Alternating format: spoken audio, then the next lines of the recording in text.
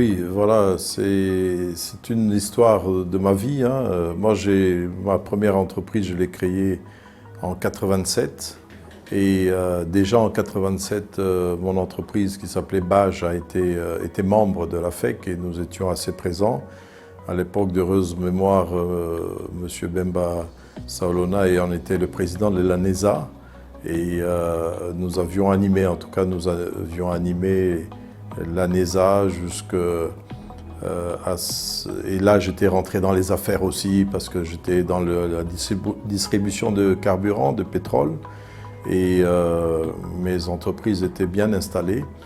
Et puis en 95, j'ai eu avec un grand nombre de la crème vraiment de la jeunesse des entrepreneurs zaïrois à l'époque et même étrangers installés au Congo, 95, mis en place l'association des jeunes entrepreneurs et cadres qui vraiment avait bousculé le milieu. Et puis c'était des années difficiles, c'est vrai, d'instabilité. Et en 98, il y a eu un moment de difficulté, 97-98, où l'ANESA était carrément fermée. C'était d'ailleurs un message qui concernait l'AGEC et l'ANESA, après qu'il y ait eu des incompréhensions du nouveau pouvoir qui avait décidé que l'AGEC, l'Association des jeunes entrepreneurs et cadres, et l'ANESA ne devraient plus exister. Nous, on nous considérait comme les enfants de l'ancien régime et nous avions arrêté donc nos activités. Pourtant, nous faisions beaucoup dans le cadre, et je vous dis vraiment, il y avait toute la crème, hein, je ne vais pas les citer tous ici, mais toute la crème de la jeunesse entrepreneuriale du Zaïre, à la fin du Zaïre et début RDC en 97. Et il m'a été demandé donc de rejoindre le comité de direction de la FEC et d'assumer, j'ai été élu comme président de la FEC Kinshasa. Je dois vous dire qu'à cette époque, on avait vraiment des textes qui étaient exemplaires par rapport à l'organisation, et cela avait été fait par le président José Ndundu et l'administrateur délégué Matenda, il y avait Joseph Moukania. Et la FEC était vraiment organisée dans une décentralisation que nous avons connue même après, au niveau de l'État. Et l'administration centrale avec dans chaque province, dans chaque entité, jusqu'au niveau des communes, une autonomie d'organisation, une autonomie des membres, et qui était, en tout cas ces textes de 98 ont toujours été pour moi une référence pour une organisation décentralisée. Et donc j'ai eu à être donc président de la FEC Kinshasa.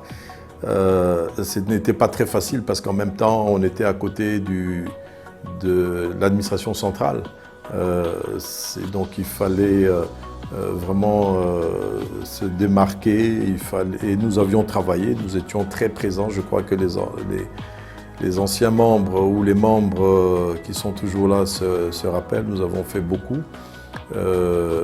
Nous avons eu, en tout cas, à représenter la FEC à l'extérieur du pays, en Afrique du Sud, en Belgique, en Égypte et en France, avec le MEDEF. Dans beaucoup de pays, nous avons travaillé. Et c'est vrai que FEC Kinshasa donnait un peu de l'ombrage. On disait que je donnais de l'ombrage même à la FEC nationale. Et donc à un moment, même la FEC Kinshasa a disparu par un tour de main. Et donc il m'a été demandé alors d'assumer la responsabilité d'administrateur délégué. Et juste avant cela, j'étais président de la commission de la réunification économique, parce que le pays était divisé. Alors les premiers avions sur Kisangani, sur Goma, les premiers bateaux sur la partie Est, c'est nous qui l'avions organisé avec les Nations Unies et les gouvernements. Et en tout cas, on a beaucoup travaillé, mais c'est vrai que à partir de 2005, donc moi, la reconnaissance que j'ai eue, c'est le temps que j'ai passé jusqu'à 2005, parce qu'après 2005, j'avais quitté. Elle a fait que j'avais beaucoup de divergences avec le nouveau comité que nous avions mis en place. Bon, on ne va pas rentrer dans tout ça, c'est la cuisine interne, et comme on dit, les linges sales se laveront en famille ou se lavent en famille. Et j'étais tout à fait en dehors de l'organisation jusque maintenant, là où c'est la première fois que j'ai remis encore les pieds à une manifestation de la FEC. Écoutez, moi j'ai des entreprises qui sont toujours membres et qui payent leurs cotisations. Et je pense que là maintenant, depuis 2005 jusqu'à aujourd'hui, jusqu'en 2002, il y a eu beaucoup de modifications de nos textes de base, de nos statuts, peut-être du règlement intérieur. Aujourd'hui même le président, je sais qu'il est désigné par un comité très restreint de personnes qui l'imposent pratiquement à l'Assemblée générale. C'était des mandats de 2 ans, renouvelables 2 fois, mais aujourd'hui c'est devenu autant de fois qu'on veut. Et je pense que nous, la FEC n'appartient pas à une personne. La FEC l'organisation de la FEC appartient à l'ensemble des entreprises. Et moi, je faisais à l'époque un effort de ramener même les petites entreprises qui payent 200, 300 $. Ce n'était pas toujours approuvé. Au niveau de Kinshasa, on a voulu faire une FEC un peu des grandes entreprises seulement. Mais moi, j'avais plutôt cette politique d'aller vers les petites entreprises de l'intérieur du pays aussi. Et je pense qu'on ne va pas créer une nouvelle chambre de commerce, un nouveau patronat. La FEC est là, elle appartient aux entreprises qui sont installées au Congo et qui en sont membres. Et moi j'invite qu'il y ait beaucoup plus d'entreprises, des jeunes aujourd'hui. Aujourd'hui on a vraiment un nouveau visage du monde économique entrepreneurial congolais. Je vous dis, nous qui travaillons ici depuis les années 80, très jeunes, aujourd'hui, il y a une multitude d'entreprises qui sont là. Donc, et des jeunes qui ont appris, qui ont beaucoup d'ambition. Je leur demande franchement d'être membres et nous devons renouveler. Nous devons renouveler la mainmise de certaines personnes sur la FEC qui en fait un club de quelques personnes. Je crois qu'il ne faut même pas attendre les prochaines assemblées générales. Je crois que le président actuel doit vraiment accélérer les choses pour qu'il y ait un renouveau avec des nouvelles commissions, des jeunes, mais aussi surtout que ceux qui tiennent, il y a un petit groupe de quelques personnes qui tiennent encore les rênes complètement, ils puissent se retirer pour laisser la place à la vigueur des jeunes. Moi aussi aujourd'hui, c'est ce que je fais. Et en politique et en économie, je suis en train de passer la main. Je n'ai pas encore 60 ans, mais dans la vie, il ne faut pas s'agripper jusqu'à 80 ans, jusqu'à 70 ans, il faut savoir passer la main aussi. Et nous pouvons rester comme des conseillers pour ceux qui vont venir et les laisser s'exprimer.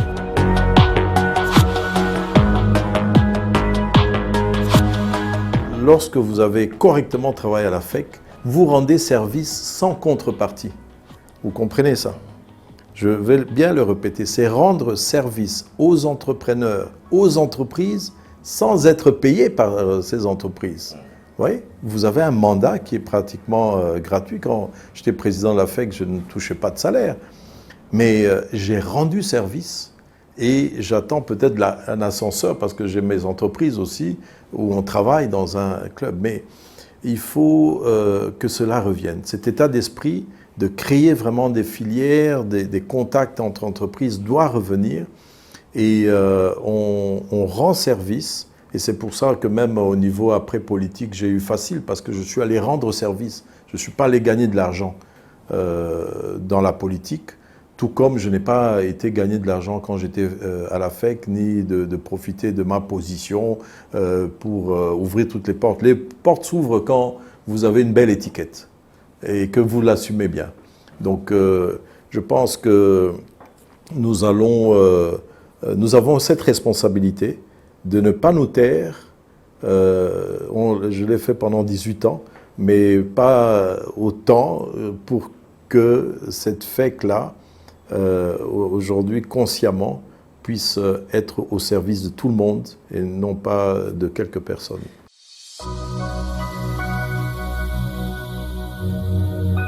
Écoutez, aujourd'hui, on a la chance de voir nos minerais avoir de la valeur qui augmente. On a un nouveau code minier qui, aujourd'hui, permet de taxer, par exemple, la plus-value. Et vous n'entendez plus des questions que telle entreprise a acheté le droit de telle, parce que c'était de la spéculation qui ne rapportait pas de l'argent. Quand on disait que la RDC avait perdu 15 milliards de dollars, c'est parce qu'il y a des entreprises qui jouaient au niveau boursier avec les droits miniers qui appartiennent à la RDC. Et donc le code minier actuel a quand même changé cela. Et puis avec la valeur de nos matières premières qui sont les mines, l'État est en train d'avoir beaucoup plus de moyens, on le ressent, les agents administratifs sont payés, il y a quand même cette stabilité. En tout cas, les agents de l'État sont payés et bien que la rétrocession des provinces n'est pas encore effective, il y a quand même un effort qui est en train d'être fait. Moi, j'étais gouverneur, je sais, je ne veux pas vous étaler ici. Moi, j'avais moins de 100 000 $ de rétrocession par mois. Qu'est-ce que vous pouvez faire avec ça? Donc là, il y a encore un effort que le gouvernement central doit faire. Mais avec les nouveaux programmes qui sont en train de se mettre en place, il faut d'abord remettre l'argent entre les mains des citoyens par les salaires, etc. Les infrastructures, c'est très important. Et vous voyez, moi j'ai été dans un domaine qui est celui de la construction, où hier je revoyais, j'ai proposé même la mise en place de la commission de l'aménagement de territoire en 2006 à l'Assemblée nationale. Elle a été mise en place et il y avait la sous-commission aménagement des villes et des cités, urbanisme. Et puis moi je suis allé dans les matériaux de construction, dans la cimenterie, je suis le promoteur de l'entreprise PPC Barnett qui produit plus d'1 million de tonnes, une très grande usine, mais qui tourne à 30% seulement de sa capacité parce qu'il n'y a pas encore assez de marché, de besoins. Et donc, j'ai eu à l'expliquer lors d'Expo Béton, parce que Expo Béton pousse, mais vous voyez aujourd'hui, béton, c'est partout. Même notre chef d'État est l'ingénieur béton. Il porte même ce nom-là. Donc, le béton est essentiel à la construction. Vous ne pouvez pas laisser des entreprises habiter dans des bicoques cachés. Il faut avoir des immeubles où on peut identifier les entreprises et l'État va tirer du revenu.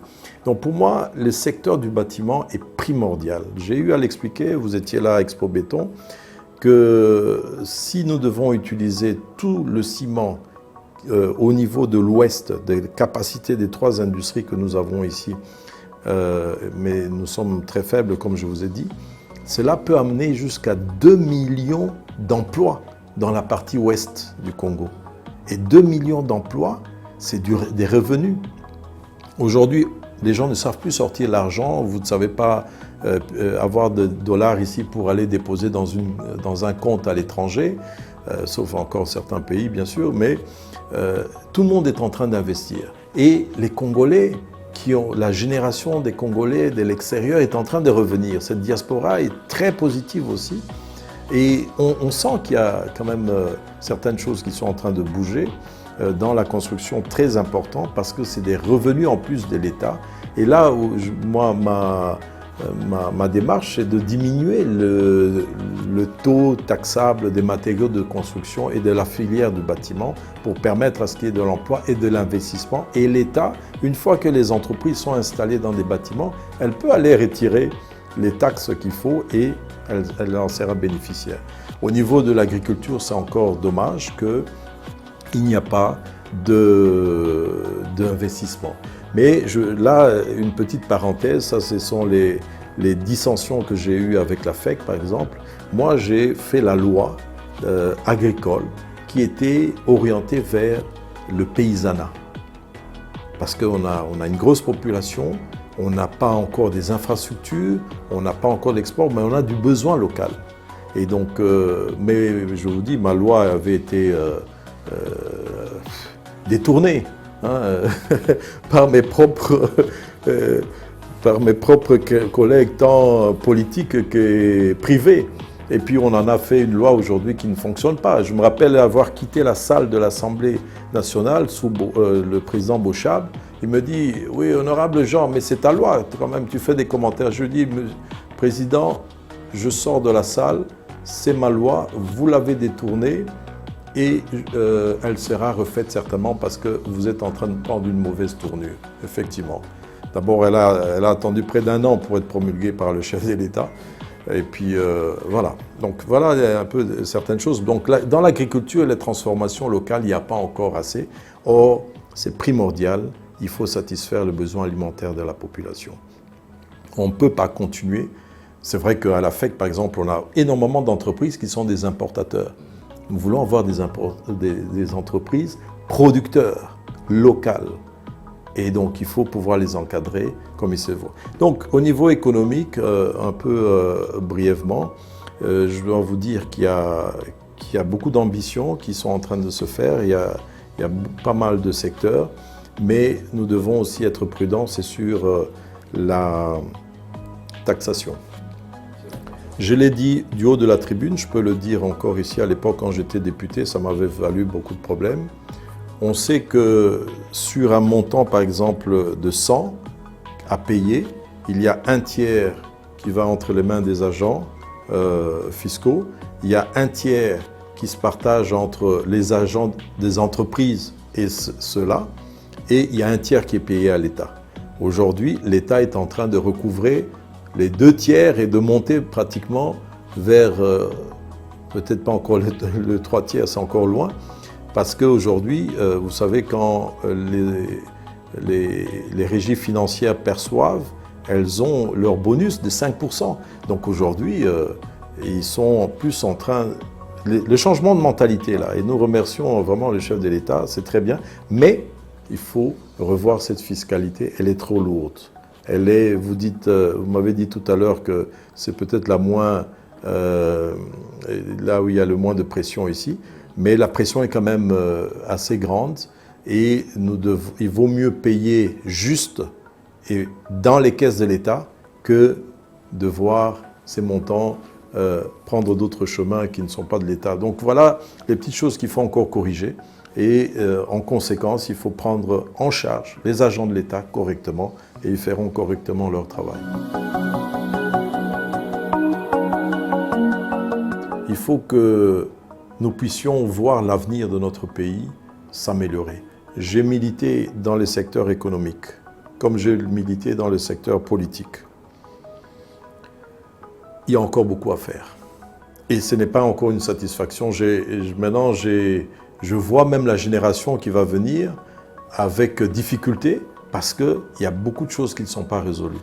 On a changé les lois 013 en 2018, j'ai participé à ça, mais ce n'est pas encore assez efficace. Nous devons revoir notre fiscalité, nous devons créer une économie qui soit forte, qui transforme nos matières premières chez nous. J'ai le cas par exemple de la partie Est où je dis la partie Est, ce qui nous emmène l'insécurité, c'est tout simplement parce qu'on a une fiscalité qui est différente de nos pays, de nos voisins. Lorsque vous exportez l'or au Congo, vous payez 6%. Et lorsque cet or sort en fraude sans rien payer et exporté à partir d'Ouganda ou du Rwanda, il paye 0% ou 0,5%.